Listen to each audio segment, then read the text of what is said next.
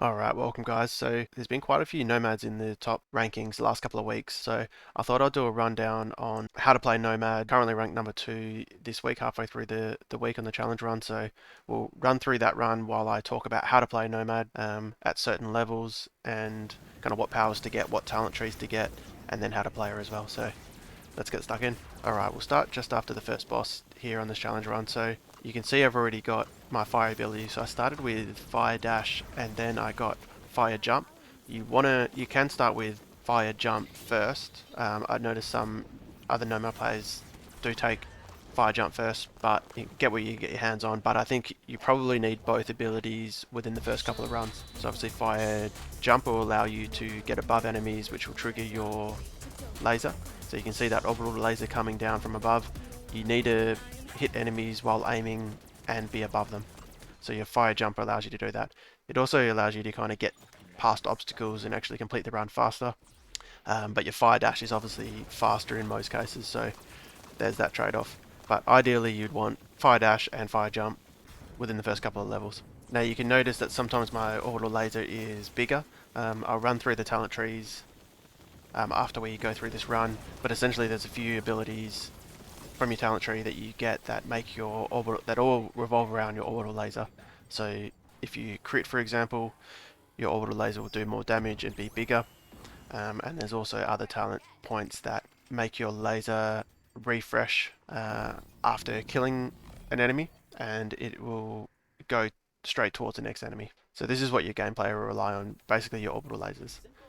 If you're not very good at critting like myself, I'm playing on a slightly higher latency, so there is a talent point that when you aim, you'll have one of the enemies marked, so it's usually the closest enemies, and that marked enemy will automatically crit. So you can trigger your overpowered laser using that talent tree. So you just zoom in, hit the marked target, it'll trigger your big laser, and that'll clear up everything. So the way I'm playing this really is just going through as fast as I can and relying on my orbital laser to clean everything up. So that's the orbital laser, so that's where your main play style will revolve around, is triggering that orbital laser and just skipping mobs and relying on that orbital laser to basically clean everything up. Now you can achieve the uptime with the orbital laser using ice jump as well, or potentially even volt jump. Volt jump doesn't give you as much height, but it does allow you to hover. Ice jump can be pretty good as well. It's just you're not going to be able to hover in the air as well as the fire jump and the volt jump. But ice jump still does work. It does give you that air time to trigger the orbital laser. But you'll find that fire is better because you get heat vision later, and we'll see later how important or how good heat vision can be. Now her overdrive is, I'd say it's probably the best overdrive in the game. All the characters, Murmur and Ronan and Nomad, you're gonna want to be getting your overdrive as fast as possible. You can get those secondary powers that increase your overdrive generation, but there's also talent points that allow you to increase your overdrive speed. So, or the speed that you generate the overdrive. So I'll run through the talent points later, but essentially at level 30 you won't really get to generate your overdrive as quickly as you will at say level 40 and above, because there is a talent point that allows you to generate more overdrive when you crit. I think it might be when you crit kill something. So at higher levels you'll generate that overdrive a lot more, and you'll see that with heat vision the overdrive is even more overpowered because you just hold down your heat vision and you don't run out of ammunition.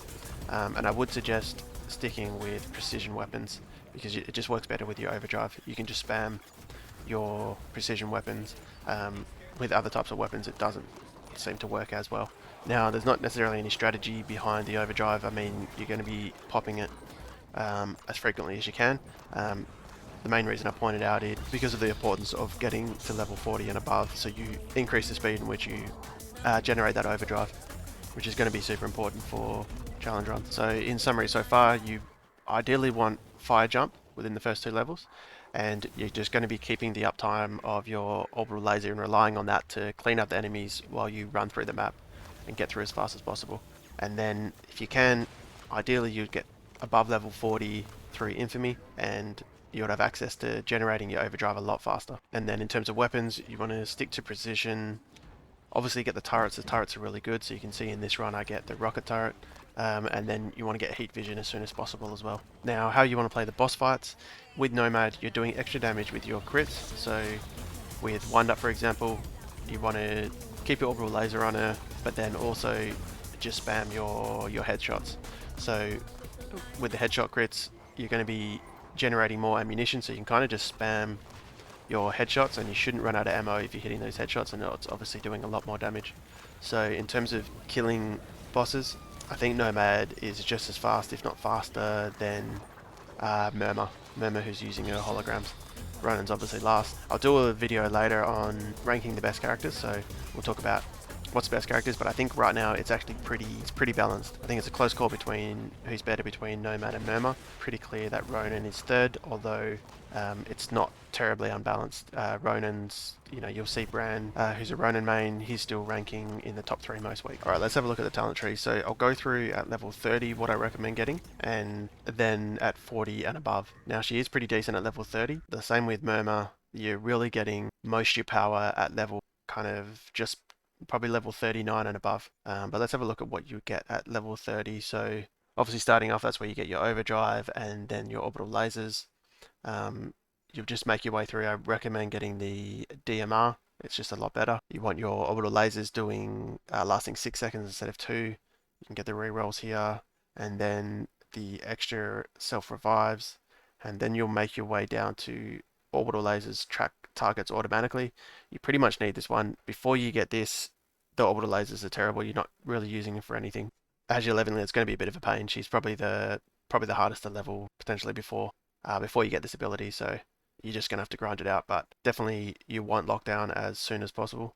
Then I would say at least get 1 point in crit laser, because this one, it allows your orbital laser to crit, which is really good, but it also refreshes the duration when the target dies. So that's when your laser goes from target to target, and it lasts quite a long time. It seems to not refresh permanently. It does die off at a certain point, but it does last for a long time. Get your 75% crit from that if you can, and then, so I'm only level 28, but this is pretty much all you get at level 30. Then as you make your way to level 40, you'll be taking everything I've taken now. You can ignore this last one. The Eye in the Sky, this is only for multiplayer that you might take it, but even then you probably don't need it. So yeah, once you get to about level 39 or even mid 30s, you'll make your way to your orbital lasers are 5 times larger when you trigger it with a crit. And this was the talent point that I was referring to earlier that automatically marks a target. So as soon as you zoom in, just get a shot off on the marked target or headshot someone else. Your orbital lasers will be 5 times larger. They'll be refreshing on target kill, and they'll be critting, or 75% chance to crit, and that's where she really starts to shine. That's when your orbital laser will clean up large amount of mobs. Now, when it gets even more overpowered, you build extra overdrive on crit kill, and you can imagine if your orbital lasers are critting and killing, this will generate a lot of overdrive. It'll trigger this bonus, or your build on your overdrive. Obviously you'd go to this one here where your orbital lasers deal 300% more damage on crit, and then at level 50 you would make your way all the way to your overdrive. Allows you to basically automatically trigger your orbital lasers without being above them or having to aim. You may still have to be above them, but you don't have to aim. And they also refresh 150% faster. I actually haven't made it to this one yet, so I imagine when you pop your overdrive, you'd just be airborne, shooting enemies, and it would pop multiple orbital lasers a lot more frequently. So you would have 3 to 4 orbital lasers going around killing everything. But really, all you need is up through here and down here. This is everything I had for that challenge run that I just showed. I haven't made it to this one yet. So you should be able to post a decent score just at level 30 as long as you make your way down to this talent point. But really at level 40 is where she will shine, and that's where you can potentially get into the top 10 and start competing for that rank 1 position. Alright, so I will do a video talking about all 3 characters and how I rank them and who I think is the best. So make sure to subscribe and let me know down below if you have any questions or anything you wanted me to cover with this game. I'm also going to do how to level faster. Yeah, there's a bunch of more videos coming up for Superior and these other Web3 games, so make sure to like and subscribe, and we will see you next time. Thanks for watching.